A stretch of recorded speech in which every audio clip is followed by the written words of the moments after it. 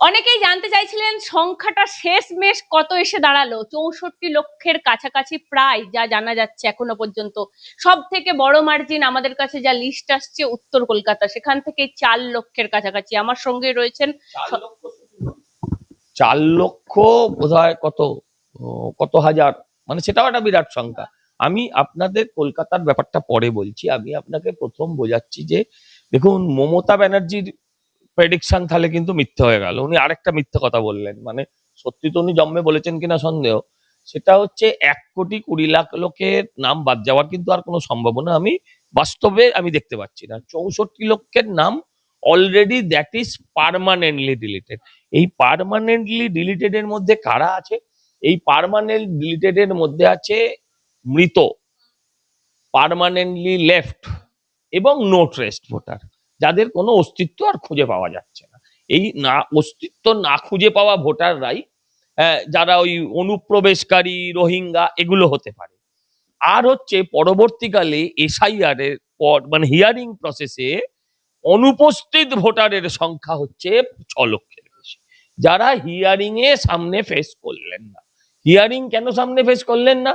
কারণ তাদের কোনো না কোনো সমস্যা আছে বলে তারা হিয়ারিংটাকে এড়িয়ে গেলেন। এই হিয়ারিং এড়িয়ে যাওয়া লোকের সংখ্যা কত? এই হিয়ারিং এড়িয়ে যাওয়া লোকের সংখ্যা 6 লক্ষ প্লাস।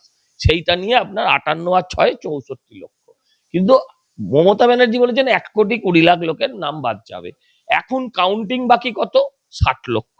60 লক্ষের মধ্যে যদি 60 লক্ষেরই নাম বাদ যায়, তবে একমাত্র মমতা ব্যানার্জির 1,20,00,000টা 1,24,00,000 হতে পারে। কিন্তু বাস্তবোচিত নয় বক্তব্যটা। 1,00,00,000 এখনো যে 60 লক্ষ মানুষের যাচ করা বাকি আছে, তাদের মধ্যে হয়তো বড় জোর 10 লাখ, 15 লাখ, 20 লাখ, এর বেশি তো বাদ যাবে না। এই যদি হয় বা 30 লাখ, এর বেশি বাদ যাওয়া আমার মনে হয় না বাস্তবোচিত। তো আমার বক্তব্য হচ্ছে এই লোকগুলোর এই ক্ষেত্রে তাহলে মমতা ব্যানার্জির কথা সম্পূর্ণভাবে মিথ্যে। উনি মানুষকে ভয় দেখানোর জন্য এইসব কথা বলেছিলেন, এটা একটা পরিষ্কার।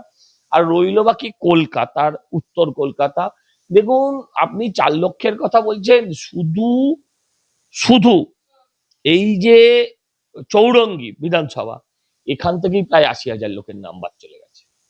এখান থেকেই প্রায় 80,000 লোকের নাম, 77-80,000 লোকের নাম ইতিমধ্যেই বাদ চলে গেছে।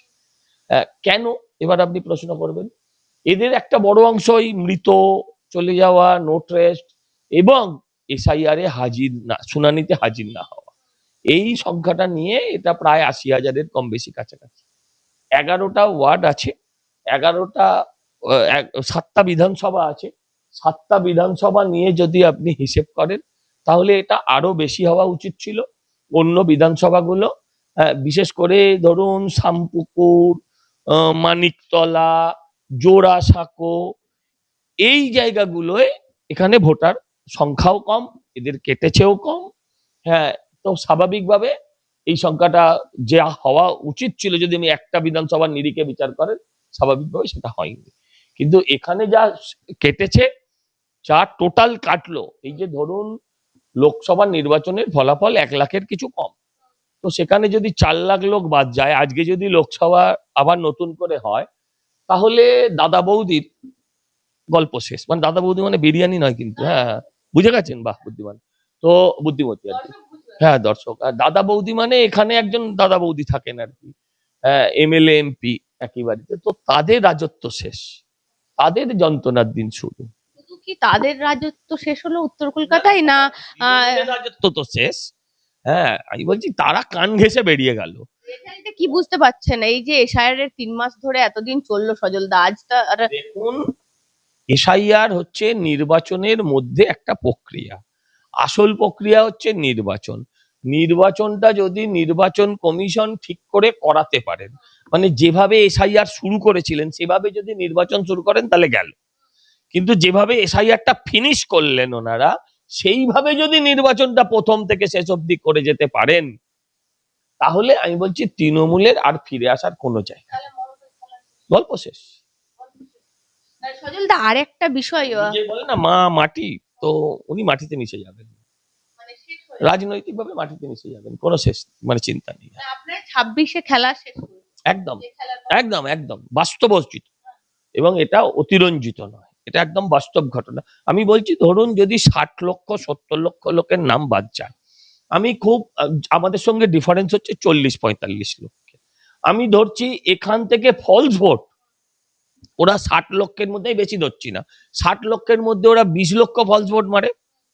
আরো 20 লক্ষ মানুষ তো এমনিই বিরুদ্ধে আজকে যেখানে চলে গেছে, আজকে যেখানে যাচ্ছে এমনি 20 লাখ মানুষ উল্টো দিকে ভোট দেবে। উনি যা যা করেছেন গত 5 বছরে, যেভাবে ধরুন 26,000-এর চাকরি গেছে, 26,000-এর চাকরি গেছে মানে 1 লাখ পেট, 1 লাখ ভোট কমিয়ে দিন। ধরুন 10 লক্ষ পেনশনার এবং সরকারি কর্মচারী মিলে যারা ডিএ পেল না, যারা গত 5 বছরে ডিএ কিছু পেল না, তারা তো সংখ্যায় 10 লক্ষ। এবার এই 10 লক্ষ লোকের ফ্যামিলিতে যদি আরো 3টে করে লোক থাকে, ভোটার থাকে, লোক বলা ভুল, তাহলে তো ব্যালেন্স হয়ে গেল, তাহলে তো ওভারকাম করে গেলাম আমরা। আর সজলদা, যে বিষয়টা ফিরাদ হাকিম তো বলছিলেন, বাংলা বাঙালির একটাও নাম কাটতে দেবো না, বাংলা বাঙালি। আরে বাংলার বাঙালির নাম তো উনিই কেটে দিলেন আজকে।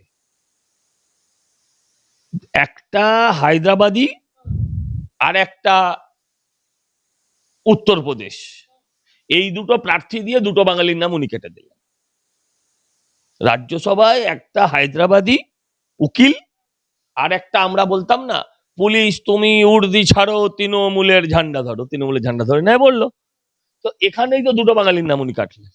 ওর নিজের দলের, ওনার নিজের দলের দুটো বাঙালি।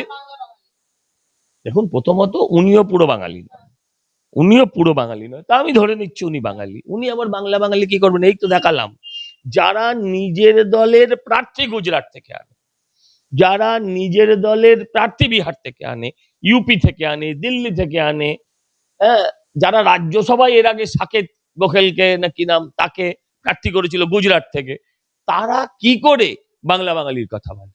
আমি বলছি এই যে সমকামিতাকে একটা জায়গা দেয়া, দেখা যাচ্ছে যে বিষয়টা উঠে আসছে, এই যে দেখুন সমকামিতা, তাকে একজন সমকামী মানুষকে সমাজের সামনের সারিতে নিয়ে আসা এটা খুব ভালো কথা, এটা একটা একটা মানে একটা ভালো সিদ্ধান্ত আমি ধরে নিতে পারি। কিন্তু একজন সমকামী বলে তাকে পার্লামেন্টে পাঠিয়ে দিতে হবে, এটা বোধহয় যুক্তিগ্রাহ্য। আর্যগড়ের আচ্ছা, আমি আমি আপনাকে বলছি, উনি তো সমকামের জন্য যাননি, উনি তো ধর্ষকামের জন্য ওখানে গেছেন। উনি তো সমকামের জন্য উনি পার্লামেন্টে যাননি, উনি সমকামী নিয়ে লড়াই করেন, ভালো, আমরা ওনাকে সেলাম জানাই, কিন্তু উনি ধর্ষকামের জন্য পার্লামেন্টে গেছেন, কারণ উনি ধর্ষণে সরকারের হয়ে লড়াই করেছিলেন, তার জন্য উনি পৌঁছেছেন। আমি আপনাকে একটা পরিষ্কার কথা বলি, আচ্ছা আমরা বাংলার মানুষ ভোট দিয়ে একজন সাংসদ নির্বাচিত করি, বিধায়ক নির্বাচিত করি, এই সাংসদ বিধায়করা নির্বাচিত হয়ে তারা রাজ্যসভার সাংসদ নির্বাচিত করে, তাহলে আমরা বাঙালিরা যখন নির্বাচিত করছি আমার রাজ্যের একজন এমপি হিসেবে, তিনি তো নিশ্চয়ই বাংলার হয়ে বলবেন। তিনি বাংলার হয়ে কি বলবেন? তিনি কখনো ভিক্টোরিয়া মেমোরিয়াল হল দেখেছেন? না না না, তিনি ভিক্টোরিয়া মেমোরিয়াল হল দেখেছেন? তিনি হাওড়া ব্রিজ দেখেছেন? তিনি সেকেন্ড ব্রিজ দেখেছেন? তিনি দক্ষিণেশ্বর দেখেছেন? আবার দেখো, দক্ষিণেশ্বর বললেই তোমরা বলবে আমরা বিজেপি হিন্দু, আচ্ছা ছেড়ে দাও, উনি নাকোদা মসজিদ দেখেছেন? উনি তো এগুলো দেখেননি। উনি ব্যান্ডেল চার্চ দেখেছেন? দেখেননি। উনি বাংলার কিছুই জানেন না। উনি বাংলা বলতে পারবেন? আচ্ছা ঠিক আছে, বাংলায় বলতে পারবেন না, বাংলা নিয়ে বলতে পারবেন? সেই লোকটাকে আমি কেন পাঠাবো? আমি জাস্ট প্রশ্ন করতে চাই। সজলদা, আরেকটা বিষয়, আপনাদের কর্পোরেশনের ইফতার পার্টিতে যেভাবে সংখ্যালঘুরা গর্জালো, মুখ্যমন্ত্রীর হয়ে যেভাবে বার্তা দিল, একটা সংখ্যালঘু মুখও তো গেল না। এই সংখ্যালঘু কাউকে করতে পারতো, একজন সংখ্যালঘুকেও করতে পারতেন বাংলার। না না, হ্যাঁ করতে পারতেন। এই বাজারে, যে বাজারে সংখ্যালঘুরা এদিক ওদিক হয়ে গেছে, সেই বাজারে একটা সংখ্যালঘু কেউ করেনি। আমার এটাই হচ্ছে বক্তব্য, ফিরহাদ হাকিমকে পাঠিয়ে দিতে পারতো, বাবা যা শান্তিতে কাটার রিটায়ার লাইফটা, কারণ এমনি যা হচ্ছে, তারপর শোভন, তারপর ববি হাকিম, তারপর কুণাল ঘোষ যেভাবে ওর ওপর ডমিনেট করছে, তো ওকে পাঠিয়ে দিতে পারতো, সেটাও করলো না। আপনি আমাকে বুঝিয়ে বলুন কোয়েল মল্লিক বাংলার হয়ে গিয়ে কি বলবে? আপনি আমায় বুঝিয়ে বলুন না। রাজীব কুমার সারদা নিয়ে বলতে পারে, নারদা নিয়ে বলতে পারে, সবুজ ফাইল নিয়ে বলতে পারে, লাল ফাইল নিয়ে বলতে পারে, বাংলার হয়ে কি বলবে? গান করতে পারবে না। দেখুন বাবুল সুপ্রিয় লোকসভায় ছিলেন, তিনি লোকসভার পদ ছাড়লেন কেন? কারণ তাকে মন্ত্রী মানে লোকসভা বিজেপি ছাড়লেন, লোকসভা ছাড়লেন কারণ তাকে মন্ত্রী করা হয়নি বলে। তাকে এখানে নিয়ে এসে মন্ত্রী করা হলো, আবার মন্ত্রী থেকে রাজ্যসভায় পাঠিয়ে দিল। তাহলে লোকসভায় তোমার কি ক্ষতি হয়েছিল? আমি তো, রাজ্যসভা তো লোকসভার নিচে, তুমি তো লোকসভায় ছিলে, তাহলে তুমি লোকসভাটা ছাড়লে কেন? তুমি বিজেপি ছাড়লে কেন? তুমি তো প্রথম একাদশে থাকতে চেয়েছিলে, তুমি তো রাজ্যসভায় চলে গেলে। এবার রাজ্যসভা থেকে তুমি কখন হারিয়ে যাবে? রাজ্যসভা থেকে তুমি যে কখন হারিয়ে যাবে, এই যে ধরো সাকেত গোখেল কখন হারিয়ে গেছে তুমি জানতেও পারিনি। তারপর ধরো আমাদের ওই কি নাম, যাকে পুলিশ কেস খাইয়েছিল আমাদের অভয়ার কেসের সময়, কি নাম, নামই মনে নেই আর কি, এমন সব রাজনীতিবিদ, প্রণব মুখার্জির খুব কাছের লোক ছিলেন, কি নাম বলো না, যাই হোক মনে পড়ছে না, তিনিও কখন, আচ্ছা ধরো শান্তনু সেনকে, সে কখন হারিয়ে গেছে, শান্তনু সেনের কথা বলছি না, আরেকজন তাকে রাজ্যসভার এমপি ছিলেন, ভুলে যাচ্ছি নামটা, জহর সরকার, আচ্ছা বলো না, এরা সব কোথায় কোথায় হারিয়ে গেছে, মানবপ্রস্থে চলে গেল আর কি। বাবুল সুপ্রিয় ঠিকই আছে, যেমন কর্ম তেমন ফলিত হবে। সজলদা, আরেকটা বিষয় যেটা আমরা এই মুহূর্তে দাঁড়িয়ে অনেকেই, মুখ্যমন্ত্রী বলছিলেন যে সংখ্যালঘুরা বাদ যাবে, বিভিন্ন জায়গায় বারবার করে সংখ্যালঘুদের মধ্যে একটা আতঙ্ক তৈরি করার চেষ্টা হচ্ছিল। তাই তো ওনার একমাত্র ট্রাম্প কার্ড। সেটা তো আজকে হলো না। হবে, হয় নাকি, যেরকম লোকজন এসছে দেখেছে, আর হয় না, বুঝতে পারছো তো। এই শুনুন, এই এসআইআরটা কে করলে, এই নাম্বারটা কে দিয়েছে? নির্বাচন কমিশন। এই নাম্বারটা নির্বাচন কমিশন তো দেয়নি, এটা তো কোর্টের জাজেরা বসে সিদ্ধান্ত নিয়েছে। সুপ্রিম কোর্টের তত্ত্বাবধানে পশ্চিমবঙ্গের বিভিন্ন আদালত থেকে জাজেদের নিয়ে এখানে জেলায় জেলায় জাজেরা গিয়ে উপস্থিত হয়ে তারা এই এসআইআর এর কাজ দেখছেন। ফলে এখানে তো আপনি নির্বাচন কমিশনকে দায়ী করতে পারবেন না, তার জাজেরা স্যাটিসফাইড হয়েছেন বলে তো লিস্ট বেরিয়েছে। তাহলে 42,000 বাদ গেছে পোর্টে, ববি হাকিমের জায়গায়। আর একটা জিনিস দেখা যাচ্ছে ভবানীপুরেও বেশ সংখ্যক বাদ গেছে। ভবানীপুরে গল্প শেষ, পোর্টে এখনো বলতে পারছি না। মমতা ব্যানার্জি মনে হচ্ছে পোর্টে গিয়ে দাঁড়ান। মমতা ব্যানার্জি যদি আবার বিরোধী নেত্রী হতে হয়, হলেও ওখানে পুরোটাই তো হয়তো ওনার ওই পশ্চিমমুখী লোকজন আর কি, ফলে ওখানে হতেও পারে, কিন্তু ভবানীপুরে আর কোনো চান্স নেই। ভবানীপুরে উনি ইতিহাস। আর দেখেন কালকে সুকান্ত মজুমদার ওখানে গেছেন প্রচার করতে, মুখ্যমন্ত্রীর কেন্দ্রে। হ্যাঁ, মীনাক্ষী গেলে তৃণমূলের কাউন্সিলর তাকে বুকে জড়িয়ে ধরছে, আয় বোন কেমন দেখলি উত্তরপাড়া, সেটা বোঝাচ্ছে। কিন্তু সেখানে একজন সুকান্ত মজুমদার, একজন কেন্দ্রীয় মন্ত্রী, তিনি যদি মুখ্যমন্ত্রীর ওয়ার্ডে যাচ্ছে, তাহলে বলছে go back, go back, go back. এখানেই আপনি ফারাকটা বুঝতে পারবেন। সবশেষ একটা কথা, আপনি কোয়েল মল্লিকের কথা বলেন, আমি বলছি গোটা গোটা টলিউডটা, গোটা টলিউডটা এই মুহূর্তে কি তৃণমূল কংগ্রেস গ্রাস করে নিচ্ছে আস্তে আস্তে? কেউই কি, কোনো পরিবারই কি বাদ যাচ্ছে না? আচ্ছা আমি একটা কথা বলছি, আচ্ছা গ্রাস করার পর সেই আর্টিস্টদের কি দশা হচ্ছে, সেই আর্টিস্টদের কি দশা হচ্ছে? না না, ছেড়ে দিন না, আচ্ছা তার তার শিল্পী সত্তার কি অবস্থা? তার এবারের নির্বাচনে কেউ, তিনি জেতেননি, জিতেছিল তৃণমূল, মমতা ব্যানার্জি, হারিয়েছিল হচ্ছে তন্ময় ভট্টাচার্য। তিনি জেতেননি, তিনি আমাকে হারাতেও পারেননি, হারিয়েছিলেন তন্ময় ভট্টাচার্য। আজকে স্বীকারও করেছেন বিভিন্ন চ্যানেলে, আজকেই স্বীকার করেছে। আপনি বলছেন এদের ভবিষ্যৎ, আপনি কি দেখতে পাচ্ছেন? ভবিষ্যৎ তো পেনশন সিকিউর হয়ে যাচ্ছে। আপনি কি বলছেন? আপনি যখন একটা প্রতিদ্বন্দ্বিতা করছেন, আপনি একটা বিধায়ক হচ্ছেন, আপনি একটা এমপি হচ্ছেন, আপনি রাজ্যসভায় যাচ্ছেন, আপনি তো পেনশন পেতে থাকবেন। রাজ্যের মানুষের জন্য কথা বলুন না বলুন, সংসদে যান না যান, বিধায়ক, যদি ওই লাখখানেক টাকার পেনশনের জন্য লোভে যদি কেউ বিধায়ক হতে চায়, না না বলছি বিধায়ক আর ক্ষমতার লোভে যদি বিধায়ক হতে চায়, তাহলে অবশ্য আমার কিছু বলার নেই। আপনারা ছেড়ে দিন, তৃণমূলের লোকেদের বলছি যাদের পেনশনের জন্য বিধায়ক হয়েছেন, আমি তাদের অনুরোধ করছি ছেড়ে দিন। বাংলার মানুষ, আমরা চাঁদা তুলে আপনাকে এককালীন এত টাকা দিয়ে দেবো যেটা সুদে আপনি পেনশন পাবেন, পশ্চিমবঙ্গটাকে বাঁচা। মানে রাজনীতি বোঝা লোকেরা তাহলে, রাজনীতির লোকেরা তৃণমূলে নেই, রাজনীতির লোকে আমি বলছি, দাঁড়ান দাঁড়ান, এই সেলিব্রিটি গুলো তার কাছে, ধরুন আমি বলছি একজনের নাম বলছি আমি, দেব। দেখুন দেব, আমি দেবকে ফেভার করি, ভালোবাসি। আচ্ছা বলুন তো, দেবের আজকে যে ওর যে এখনো ভালো সিনেমা করছে, কিন্তু পশ্চিমবঙ্গের শাহরুখ খান হয়ে উঠেছিল দেব। আজকে রাস্তায় দাঁড়ালে সেই সম্মান পাবে? সৌরভ গাঙ্গুলি আজকে সেই সম্মান পাচ্ছে? কাল থেকে যেভাবে আক্রমণ হচ্ছে। আচ্ছা আপনি ছেড়ে দিন কোয়েল, আচ্ছা, ওই আরেকজন গায়িকা, কি নাম আমি ভুলে গেছি, ইমন চ্যাটার্জি। আচ্ছা বলুন তো, ওনার কি দশা হয়েছে? সোশ্যাল মিডিয়ায় ছেড়ে চলে গেছে, তাতে সোশ্যাল মিডিয়ার কোনো লোকের দুঃখ হয়েছে বলে মনে হয়েছে? তাহলে মানে এমন একটা সঙ্গ, এই সঙ্গে যদি তুমি নিজেকে ছোঁয়াও একবার, তাহলেই তুমি সমাজচ্যুত হয়ে যাবে। এর থেকেই মানুষের ক্ষোভ, অভিযোগ, রাগ, যন্ত্রণা আপনি বুঝতে পারছেন।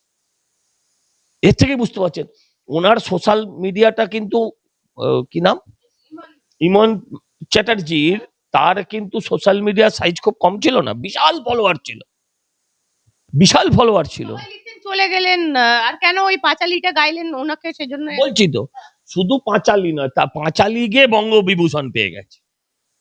বঙ্গের বিভীষণরা বঙ্গবিভূষণ নিয়ে নিচ্ছে। উনি বড় বড় কিন্তু তাত্ত্বিক কথাবার্তা বলতেন, উনি সোশ্যাল সাইটে খুব অ্যাক্টিভ ছিলেন। হ্যাঁ, তো এখন সোশ্যাল সাইট ওনাকে ছাড়তে হবে। কোন চাপের কাছে নতিশি? কারণ চোখে ছলছলে জল এনে ফেললে তো আর হবে না। তুমি মহানায়িকা হওয়ারও যোগ্য নয়, তুমি বিরাট শিল্পী, আমি তোমার গান সত্যিই ভালোবাসি, আমার এখানেও অনেকবার গেয়েছি, আমি তার কোনো সমালোচনা করছি না, কিন্তু আপনি শিল্পী হয়ে থাকতে পারতেন, আপনার নিশ্চয়ই রাজনৈতিক মতাদর্শ আছে, কিন্তু আপনি মহানায়িকা হওয়ারও যোগ্য নয়, আর আপনি বঙ্গবিভূষণ পাওয়ারও যোগ্য নয়। আপনি যদি এগুলো পেয়ে থাকেন, আগামী দিন আরো নিম্ন স্তরের লোকেরা পাবে। সজলদা, আপনি যেভাবে বললেন তৃণমূলের খেলা শেষ, কিন্তু তৃণমূল যেভাবে এই মুহূর্তে দাঁড়িয়ে দেখা যাচ্ছে, এই তো ফিরদৌস শামীম এর বিরুদ্ধে যে অভিযোগটা এনেছে, কিছু না কিছু ব্যবস্থা তো আছে। দেখুন, আইনের পথেই চলবে, কিন্তু এই যে খেলাটা, এই খেলাটাও অনেক পুরনো হয়ে গেছে, যে কেউ কিছু বললেই তাকে মহিলাকে সে ফাঁসানো, এটা কিন্তু দুর্ভাগ্যজনক। আমি আমি ফিরদৌসের মত পথকে সমর্থন করি না, আমি ফিরদৌসের মত এবং পথকে সমর্থন করি না, কিন্তু একজন আইনজীবী হিসেবে এবং একজন সরকার বিরোধী, বর্তমান রাজ্য সরকার বিরোধী, হতে পারে ও সমান তালে কেন্দ্রীয় সরকারও বিরোধী, কিন্তু একজন তৃণমূল বিরোধী একটা ফেস হিসেবে শুধু হাইকোর্টে লড়াই দিয়ে সারা বাংলার ফেস হয়ে ওঠাটা, এটাও খুব সহজ ছিল না। আমি বিশ্বাস করি যে ফিরদৌস সম্পূর্ণ নিজেকে নির্দোষ প্রমাণ করবে এবং সসম্মানে সে তার জায়গাতেই অধিষ্ঠান করবে। মানুষ এখনো এটা বিশ্বাস করে না, এবং আমার বিশ্বাস যে আগামী দিনও এই বিশ্বাসটা আমাদের অটুট থাকবে।